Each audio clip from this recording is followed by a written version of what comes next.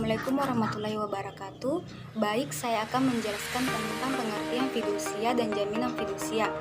Fidusia dalam pasal 1 ayat 1 Undang-Undang Nomor 42 Tahun 1999 adalah pengalihan hak kepemilikan suatu benda atas dasar kepercayaan dengan ketentuan bahwa benda yang hak kepemilikannya dialihkan tersebut tetap dalam penguasaan pemilik benda. Sedangkan dalam pasal 1 ayat 2 Undang-Undang Nomor 42 Tahun 1999, jaminan fidusia adalah hak jaminan atas benda bergerak, baik yang berwujud maupun yang tidak berwujud, dan benda tidak bergerak, khususnya bangunan yang tidak dapat dibebani hak tanggungan.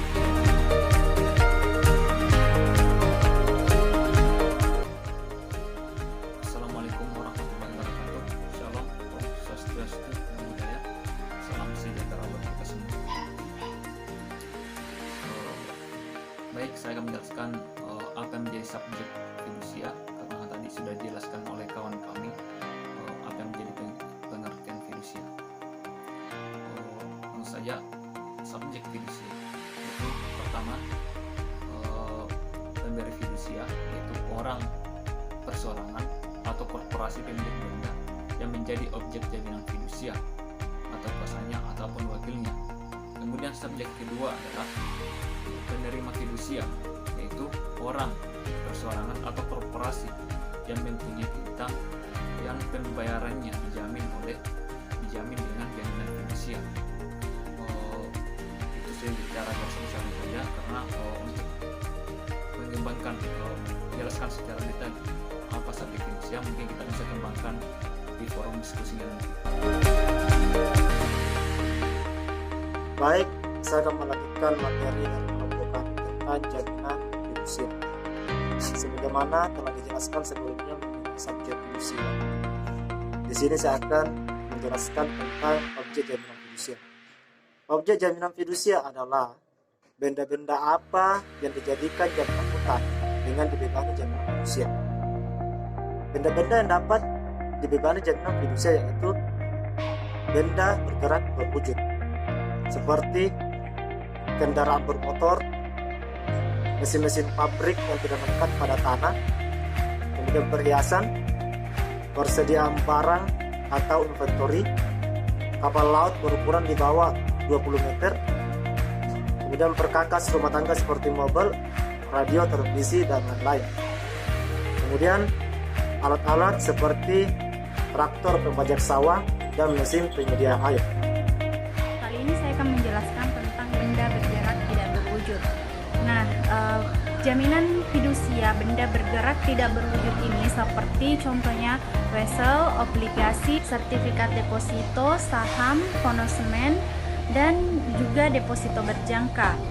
Adapun juga yang dapat dijadikan sebagai jaminan fidusia yaitu hasil dari benda-benda yang dijaminkan, seperti hasil dari benda jaminan, baik itu benda bergerak tidak berwujud, benda bergerak berwujud, maupun benda tidak bergerak. Dan klaim asuransi di mana objek yang dijadikan sebagai jaminan fidusia itu diasuransikan. Jaminan fidusia dalam kategori benda tidak bergerak yaitu bangunan yang tidak dapat dibebani sebagai hak tanggungan, seperti misalnya hak milik atas satuan rumah susun yang hak atas tanah merupakan hak pakai atas tanah negara, terdapat di dalam Undang-Undang Nomor 16 Tahun 1985. Dan bangunan rumah yang dibangun di atas tanah milik orang lain sesuai dengan ketentuan pasal 15 Undang-Undang Nomor 5 Tahun 1992 tentang perumahan dan permukiman. Baik, saya akan menjelaskan tentang asas jaminan fidusia.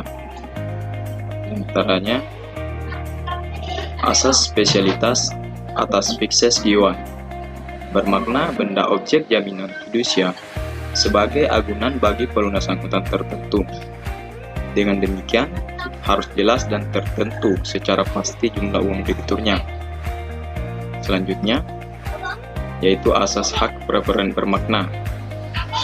memberi kedudukan hak yang dilakukan kepada penerima fidusia atau kreditur terhadap kreditur lainnya.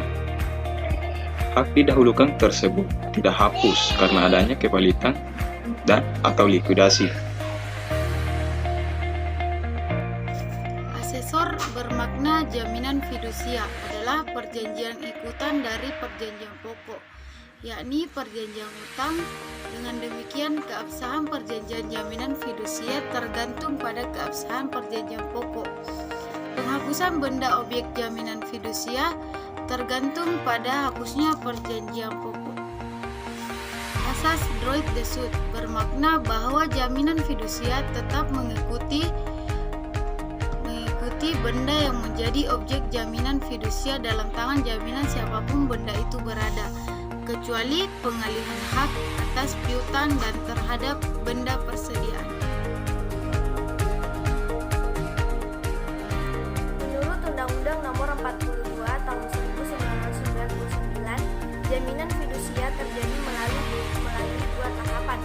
Yang pertama yaitu tahapan pembebanan jaminan fidusia. Pembebanan benda dengan jaminan fidusia dibuat dengan akta notaris dalam bahasa Indonesia dan merupakan akta jaminan fidusia. Tahapan yang kedua yaitu tahapan pendaftaran jaminan fidusia. Benda yang dibebani dengan jaminan fidusia wajib didaftarkan pada kantor pendaftaran fidusia sehingga melahirkan jaminan bagi penerima fidusia, memberikan kepastian hukum pada kreditor lain mengenai benda yang telah dibebani jaminan fidusia dan memberikan hak yang didahulukan terhadap kreditor lain, dan untuk memenuhi asas publisitas karena kantor pendaftaran terbuka untuk umum. Baiklah, saya akan menjelaskan tentang penghapusan jaminan fidusia. Penghapusan jaminan fidusia diatur dalam pasal 25 Undang-Undang Nomor 42 Tahun 1999 tentang jaminan fidusia. Penghapusan jaminan fidusia ada 3. Pertama, hapusnya utang yang dijamin dengan fidusia.